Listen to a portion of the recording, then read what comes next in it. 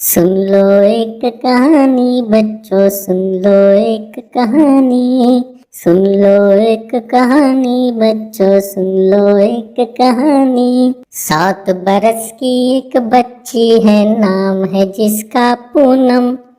लेकिन सब बच्चों ने उसका नाम रखा है रानी। सुन लो एक कहानी बच्चों, सुन लो एक कहानी। सुन लो एक कहानी बच्चों, सुन लो एक कहानी। मम्मी उसको डांट पिलाए या दीदी धमकाए, कहती है कहना मानूंगी, करती है मनमानी। सुन लो एक कहानी बच्चों, सुन लो एक कहानी। सुन लो एक कहानी बच्चों, सुन लो एक कहानी। तब तक सोती ही नहीं हरगिज, देर हो चाहे जितनी, ये हर रात को सुन नहीं लेती जब तक एक कहानी।